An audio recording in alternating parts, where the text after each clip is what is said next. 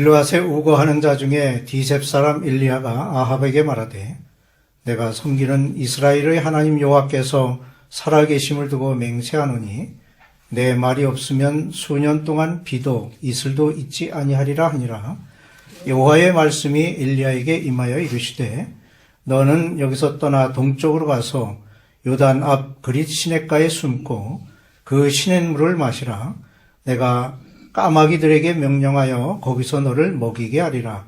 그가 여호와의 말씀과 같이 하여 곧 가서 요단 앞 그릿 시냇가에 머물매 까마귀들이 아침에도 떡과 고기를 저녁에도 떡과 고기를 가져왔고 그가 시냇물을 마셨으나 땅에 비가 내리지 아니하므로 얼마 후에 그 시내가 마르니라.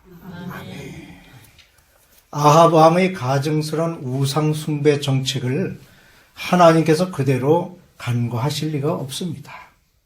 결국 하나님께서는 구약의 예언자들 가운데서도 가장 뛰어난 선지자 엘리야를 통해 그의 악행을 경고하셨습니다. 말하자면 가장 악독한 왕에게 대응하기 위해 하나님께서는 가장 뛰어난 선지자 엘리야를 세우신 것입니다. 엘리야란 이름은 그는 나의 하나님이시라는 뜻으로 주전 9세기경인 아합 왕 때부터 아하시아 왕 때까지 활동한 이스라엘의 가장 위대한 예언자입니다. 그는 주로 북왕국을 중심으로 예언 활동을 했는데 그의 가문이나 출신지에 대해서는 자세히 알려진 것이 없고 다만 길르앗 출신으로 디셉 사람이라는 것만 소개되고 있습니다. 그는 열심히 특별한 종교 지도자였을 뿐만 아니라 열렬한 애국자였습니다. 즉 하나님께 대한 그의 봉사와 민족에 대한 진정한 관심은 둘을 떼어놓을 수 없는 그야말로 두 가지를 다 가지고 있는 것이 바로 그의 캐릭터였습니다. 또한 그는 교육에 대한 깊은 관심을 가지고 있어서 사무엘이 시작했던 선지 학교를 활성화시켜서 1, 2, 4를 비롯한 여러 생도들을 가르치기도 하였습니다. 특별히 그는 유대인들이 소망하고 고대하는 예언과 관련하여 중요한 위치를 차지하기도 하였습니다. 즉 말라기 4장 5절에 엘리야가 여호와의 날이 이르기 전에 먼저 올 것으로 예언되어 있는데 예수님께서는 이 예언이 세례 요한에게서 성취된 것으로 말씀하셨습니다. 또한 그는 죽음을 맛보지 않고 불병거를 타고 하늘로 올라가므로 에녹과 함께 죽음을 보지 않고 하늘로 올라간 특별한 위치를 차지한 사람이 되었습니다. 무엇보다 그의 생애에 있어서 주목할 만한 사건은 갈멜산에서 바알 아세라 선지자들과 겨루어 이김으로 하나님이 참 하나님이심을 드러낸 사람이기도 하였습니다. 하나님을 섬기지 않는 불손한 이스라엘의 왕 아합은 외모나 업적이 뛰어났지만 시돈 왕의 딸인 사악한 이세벨을 아내로 맞은 것은 그에게 지대한 영향을 미쳐 가장 사악한 왕으로 자리매김하게 되는 계기가 되었습니다. 그녀의 영향으로 인해 하나님의 선지자들은 박해와 죽음을 당했고 바알 숭배가 국가적 종교로 온 나라에 퍼지게 되었습니다. 하나님께서 엘리야에게 말씀하신 대로 7,000명만이 바알에게 무릎을 꿇지 않고 하나님을 섬겼으나 이들 또한 이세벨에게 죽음을 당할 것을 두려워하여 자기의 신분을 숨기고 있었습니다. 온 나라는 우상 숭배의 거대한 물결에 정복당한 듯 보였습니다. 그때 디셉이라는 마을에 사는 아마도 가난한 농부였을 듯한 한 사람이 있었습니다. 그의 마음은 의분으로 가득 찼고 여호와의 영광을 위한 그의 질투심은 거룩한 열정으로 타오르고 있었습니다. 그가 하나님의 이름을 위하여 백성들의 불의를 질책하고 그 불의한 행동을 멈추게 할 심판을 온 나라에 선포함으로써 백성들이 무릎을 꿇게 해달라고 하나님께 간구하는 그의 모습을 우리는 야고보서에서 볼 수 있습니다. 그가 비가 오지 않기를 간절히 기도한 즉 3년 6개월 동안 비가 오지 아니하고 오늘 말씀에도 내 말이 없으면 이라는 단호한 표현이 있습니다. 그렇습니다. 하나님께서는 그 엘리야의 간절한 외침에 응답하심으로 거룩한 왕이신 하나님을 경배하는 자리로 되돌리시기 위해 그를 도구로 사용하셨습니다. 18장 39절에 모든 백성이 보고 엎드려 말하되 여호와 그는 하나님이시로다, 여호와 그는 하나님이시도다 라고 백성들이 외치도록 하는 일에 그를 사용하신 것입니다. 이 막중한 일을 이루기 위해 그는 모든 권위를 부여받았습니다. 그의 말이 없으면 수년 동안 비가 내리지 않았을 것입니다. 하나님께서는 그의 권능을 그에게 맡기셨습니다. 그것은 그가 전적으로 자신을 하나님께 드렸기 때문입니다. 하나님께서 주신 권능으로 그는 하나님의 메시지를 아합에게 전하기 위해 피신해 있던 자리에서 왕에게로 나아갔습니다.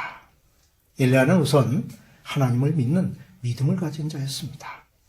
그의 믿음은 자신에게 아합에 대한 두려움을 떨쳐버리게 했습니다. 자기 앞에 하나님을 모신 사람은 세상의 그 어떤 왕 앞에서도 결코 비겁하지 않습니다. 루터나 존 록스를 담대하게 할 수 있었던 것 역시 하나님께 대한 믿음으로 가능했습니다. 오순절 이후 베드로와 요한이 담대하게 된 것이 바로 이런 엘리야와 같은 거룩한 담대함으로 충만해 있었기 때문입니다. 엘리야는 하나님께 받아들여진 자였습니다. 자기 자신을 하나님께 굴복시켰기에 하나님의 말씀이 불경한 사람들의 마음에 들어갈 수 있는 통로를 만들 수 있었던 것입니다. 그리고 하나님의 능력이 그를 통해 나타났습니다.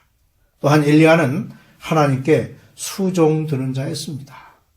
수종드는 종의 눈이 다음 지시사항이 무엇인지를 기다리면서 주인의 눈을 바라보듯이 그의 삶은 이스라엘 하나님 앞에 서 있었습니다. 엘리야는 결코 나태한 태도로 하나님 앞에 서 있지 않았습니다. 온 나라에 만연해 있는 우상 숭배의 죄에 대적하여 싸우기 위해 두려움 없이 목숨을 바쳐 하나님 앞에 서 있는 것이었습니다. 그러자 하나님은 그에게 모든 권위를 주셨습니다. 그가 비가 오지 않기를 간절히 기도한 즉 3년 6개월 동안 땅에 비가 오지 아니하고 라는 야고보서 말씀은 그는 마치 하나님의 권세와 권능이 자신의 소유인 양 자신 있게 말합니다. 하나님의 능력의 열쇠가 그에게 주어졌고 그의 말 한마디로 자연 현상이 따라 움직였습니다. 이것은 하나님께서 자기의 신실한 종의 손에 쥐어주시는 무섭고도 가장 효과적인 무기였습니다. 하나님의 일로 싸움에 나가게 되는 자에게는 자신의 힘만 가지고 나가도록 하지 아니하십니다.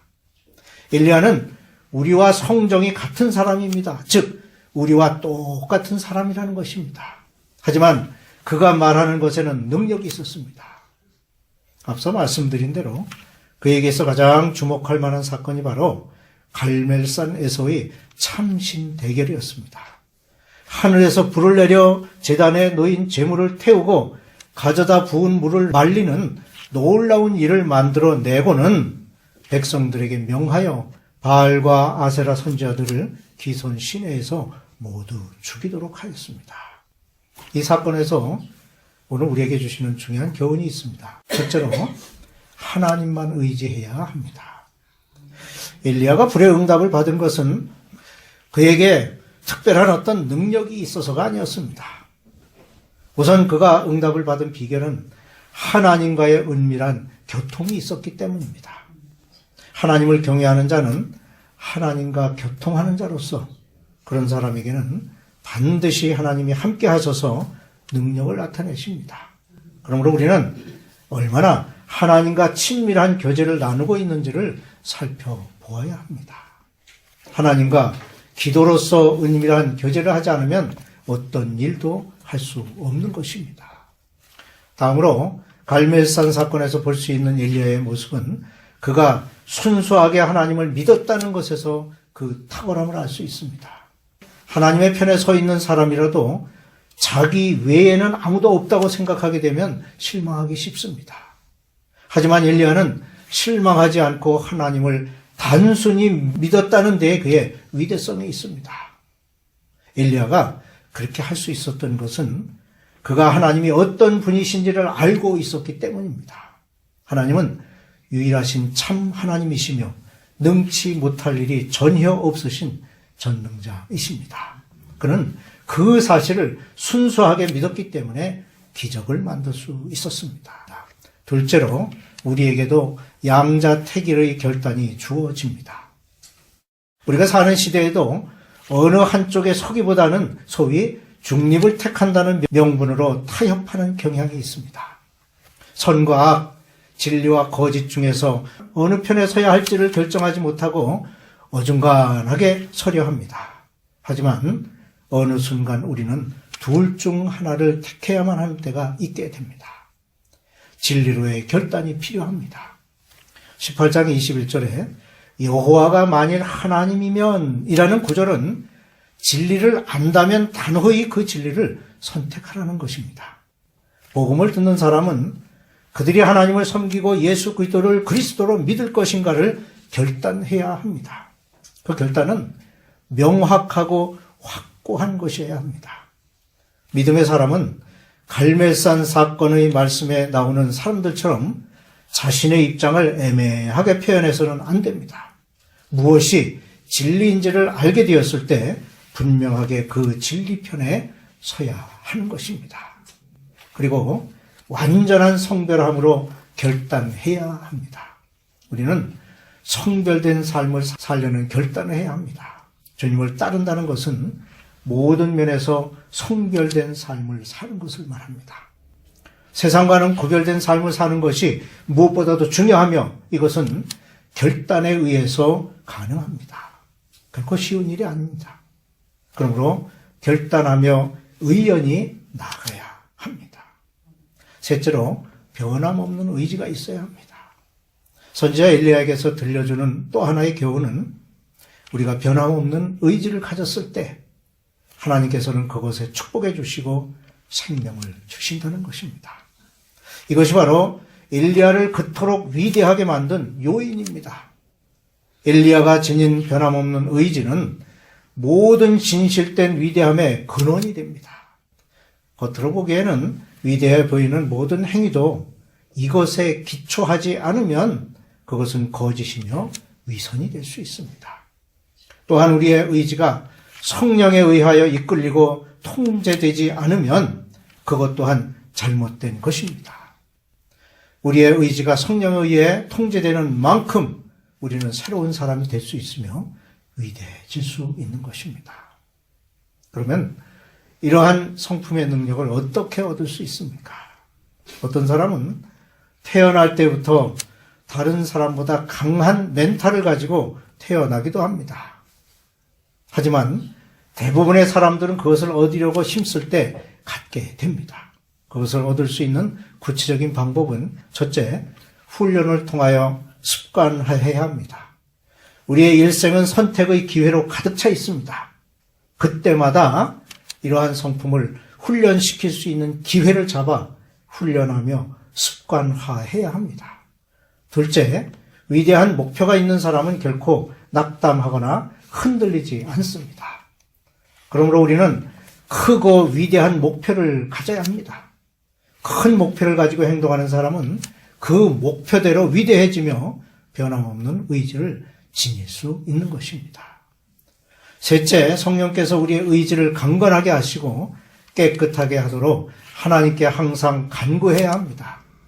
하나님이 주시지 않고 우리 자신의 힘으로 할 때는 그것 자체가 악인 것입니다. 왜냐하면 자신의 힘과 노력으로 했기에 자신에게 영광을 돌릴 수 있기 때문입니다. 그토록 위대한 선지자 엘리야도 이세벨의 살해 협박에 두려움을 가지고 도망을 합니다. 그런 엘리야를 하나님께서는 힘을 돋워 주시면서 새로운 사명을 맡기십니다. 하나님의 사람이 낙심하고 나약해지면 적극적으로 감당해야 할 일을 맡기실 수 없습니다. 그리하여 다음 세대를 위해 후임자를 세우도록 하신 것을 볼 수 있습니다. 하사엘에게 기름을 부어 아람 왕으로 세우고 예후에게 기름을 부어 이스라엘의 왕으로 삼고 엘리사에게 기름을 부어 자기를 대신하여 선지자가 되게 하라는 사명을 주십니다.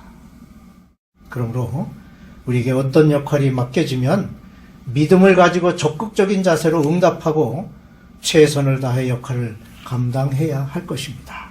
그것이 하나님께서 인간을 통해 자신의 일을 이루시고자 하시는 방법입니다.